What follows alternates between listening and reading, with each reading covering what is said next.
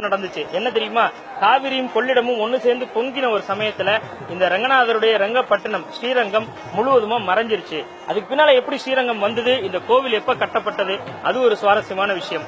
உறையூர் ஆண்ட சோழ மன்னர்கள் வேட்டைக்கு போய்கிட்டு இருக்கும்போது ஒரு கிளி வந்து அந்த சோழ மன்னருக்கு முன்னால பறந்து கத்திக்கிட்டே போகுது.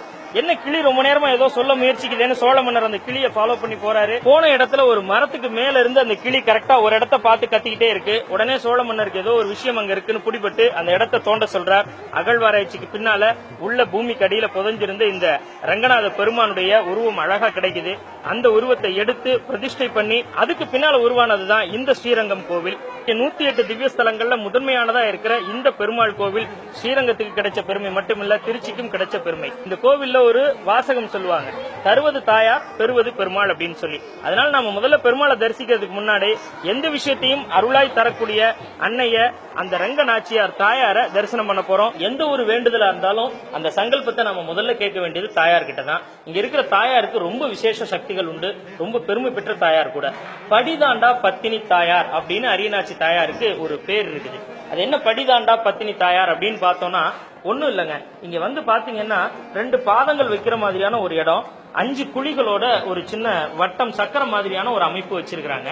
இதுல என்ன ஸ்பெஷல் அப்படின்னு பாத்தீங்கன்னா, நான் நிக்கிற இடத்துக்கு நேர் எதிர்பக்கத்துல பரமபத வாசலுக்காக பெருமாள் வெளியில போற வழி அதுதான். அப்படி பெருமாள் வெளியில போறச்ச பெருமாளை வந்து எட்டி நின்று தூரமா தான் தாயாரே பார்ப்பாங்களாம். பெருமாளை பாக்குறதுக்காக கூட படி தாண்டி வெளியில வரக்கூடாது அப்படின்னு தாயார் இருந்தாங்க அப்படிங்கிறது இந்த கோவிலுடைய மிகப்பெரிய சிறப்பு. அப்ப எப்படி பெருமாளை பார்த்தாங்க அப்படின்னா அதுக்கு ஒரு நடைமுறை சொல்றாங்க.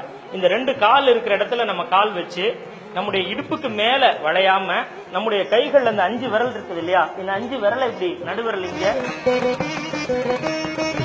இப்படி 5 விரல் வச்சு நாம இப்ப என்னால வளைய முடியல, நான் வளைஞ்சுதான் பாக்குறேன். தாயார் என்ன செஞ்சாங்களாம், வளையாம இப்படி பாப்பாங்களாம். அப்படி பாக்குறதுக்கு ஒரு சப்போர்ட்டா இந்த 5 விரல் வைப்பாங்களாம். அப்படி தூரம் நின்று பெருமாளை தாயார் பார்த்து ரசிச்ச ஒரு அற்புதமான இடம் இந்த இடம். நான் முன்னமே சொன்னேன் இல்லையா, ஒரு மிகப்பெரிய இதிகாசம் இந்த திருச்சியில இருக்கிற இந்த திருவரங்கத்துல அரங்கேற்றமாயிருக்கு. அது என்ன இதிகாசம், அரங்கேற்றம் பண்ண இடம் எது? இதோ நம் கண் முன்னால இருக்கக்கூடிய இந்த கம்பர் மண்டபம் தான் அந்த இதிகாசம் அரங்கேறின இடம். இந்த மண்டபத்துக்கு எதிரில் இருக்கக்கூடிய இந்த அழகான மேடை, இந்த 2 தான் ரொம்ப முக்கியமான விஷயம்ங்க. நம்முடைய தமிழ் இதிகாசங்கள்ல முக்கியமான இதிகாசமா இருக்கக்கூடிய கம்ப ராமாயணத்தை கம்பர் இந்த மேடையில இருந்து தான் அரங்கேற்றம் பண்ணினார்.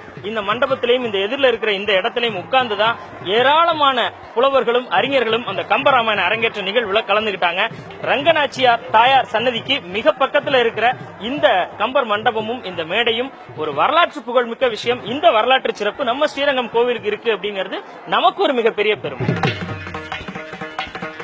108 திவ்ய தேசங்கள்ல முதன்மையான தேசமா விளங்கக்கூடிய ஸ்ரீரங்கம் ரங்கநாதர் கோவிலினுடைய மிக முக்கியமான இடம் தான் இப்ப நம்ம பார்த்துட்டு இருக்க இந்த பரமபத வாசல் அப்படின்னு சொல்றது. இந்த பரமபத வாசல் அப்படிங்கிறதுக்கு ஒரு மிகப்பெரிய வரலாறே இருக்குது. பகல் 10 ரா 10 அப்படின்னு சொல்லி இந்த ஸ்ரீரங்கமே களைகட்டி கொண்டாடக்கூடிய உற்சவம் அந்த வைகுண்ட ஏகாதசி திருவிழா. வைகுண்ட ஏகாதசி அன்னைக்கு இந்த சொர்க்க வாசல் திறந்து இந்த பரமபத வாசல் வழியா பெருமாள் வெளியில வருவார். அப்படி வெளியில வர்ற பெருமாளை தான் எதிரில் இருக்க தாயார் தன்னுடைய சன்னிதானத்திலிருந்து எட்டி பார்ப்பாங்க, படிதாண்டா பத்தினி தாயாரா அந்த நாச்சியார். அப்படி பார்க்கிற அந்த காட்சி, இந்த பரமபத வாசல் வழியா வெளியில வர்ற அந்த நிகழ்வு தான் மிகப்பெரிய நிகழ்வா இந்த ஸ்ரீரங்கமே உற்சாகமா கொண்டாடக்கூடிய அந்த நிகழ்வு. அப்படிப்பட்ட அந்த பரமபத வாசல் திறக்கிற அன்னைக்கு யாரெல்லாம் இந்த பரமபத வாசல் வழியா பெருமாளோட சேர்ந்து வெளியில வர்றாங்களோ அவங்க எல்லாருக்குமே சொர்க்கத்துல பெருமாள் தனக்கு பக்கத்திலே இடம் கொடுத்து மோட்சம் கொடுப்பார் அப்படின்னு ஒரு மிகப்பெரிய நம்பிக்கை இருக்கு. இதுக்காக ஒவ்வொரு வருஷமும் வைகுண்ட ஏகாதசி திருவிழாவுக்கு இந்த ஸ்ரீரங்கத்துக்கு லட்சக்கணக்கான பக்தர்கள் பல நாடுகள்ல இருந்தும் பல மாநிலங்கள்ல இருந்தும் வந்துட்டே இருக்காங்க. நான் முன்னமே சொன்ன மாதிரி திருப்பதிக்கு போகணும்னு எல்லாரும் ஆசைப்படுவோம். ஆனா திருப்பதியில இருக்கிற எல்லோருமே இந்த பரமபத வாசல் வழியா வந்து பெருமாளுடைய பார்வை கிடைக்கணும், அவரோட சேர்த்து நமக்கு மோட்சம் கிடைக்கணும் அப்படின்னு எதிர்பார்த்து வர்றதுதான் ரொம்ப அதிகம். மதுரை, கும்பகோணம் இந்த இடத்துக்கெல்லாம் ஸ்பெஷல் அங்க இருக்கிற மொட்டை கோபுரம். அதே மாதிரி நம்ம ஸ்ரீரங்கத்துக்கு ஒரு ஸ்பெஷல் கோபுரம் இருக்கு. அதுதான் இப்ப நீங்க பார்க்க போற இந்த வெள்ளை கோபுரம். இந்த வெள்ளை கோபுரத்து வழியா வந்தோம் அப்படின்னு சொன்னா ரொம்ப சீக்கிரமா ரொம்ப பக்கத்துல 1000 கால் மண்டபத்துக்கு வந்துடலாம். இந்த ஸ்ரீரங்கம் கோவிலுடைய இன்னொரு மிகப்பெரிய விஷயம் இந்த 1000 கால் மண்டபம். இந்த 1000 கால் மண்டபத்துலதான் நிறைய விசேஷங்கள் நடக்கும். ஒரு காலுக்கு சமானமா பாவிச்சு 1000 கால் கொண்ட 1000 கால் மண்டபமா இதை சொல்றாங்க. இந்த வெள்ளை கோபுரத்து வழியா வந்தோம்னு சொன்னா ரைட் சைட்ல 1000 கால் மண்டபம். அதே போல இந்த வெள்ளை கோபுரத்துக்கு லெப்ட் சைட்ல பார்த்தோம்னு சொன்னா ரொம்ப அற்புதமான ராமானுஜருடைய சன்னதி இருக்கு. ராமானுஜருடைய சன்னதிக்கு இப்ப நம்ம போக போறோம். இப்ப நம்ம பார்த்துட்டு இருக்கிறது உடையவர் சன்னதி அப்படின்னு சொல்லக்கூடிய ஸ்ரீ ராமானுஜருடைய சன்னிதானம். உண்மையிலேயே ஸ்ரீ ராமானுஜர் இந்த கோவிலுக்கு மிக மிக மிக மிக நெருங்கிய தொடர்புடையவர் தான் சொல்லணும். இன்னும் ஒரு படி மேல போய் சொல்லணும்னா, அவர் வகுத்து கொடுத்த அந்த ஆகம விதிகளின்படி அவருடைய வம்சாவளியினர் ஜீயர்களா இருந்து இன்றைக்கும் இந்த கோவிலினுடைய ஒவ்வொரு சிறப்பு பூஜைகளையும் சிறப்பு விசேஷங்களையும் கையாண்டு நடத்திட்டு வராங்க. இந்த ராமானுஜர் சன்னதியில அவருடைய உடல் பாடம் செய்து வைக்கப்பட்டிருக்கு. அதுல முடி வளருது, நகம் வளருது அப்படின்னு எல்லாம் கூட சொல்றாங்க. அது எந்த அளவுக்கு அப்படிங்கறது நமக்கு தெரியல.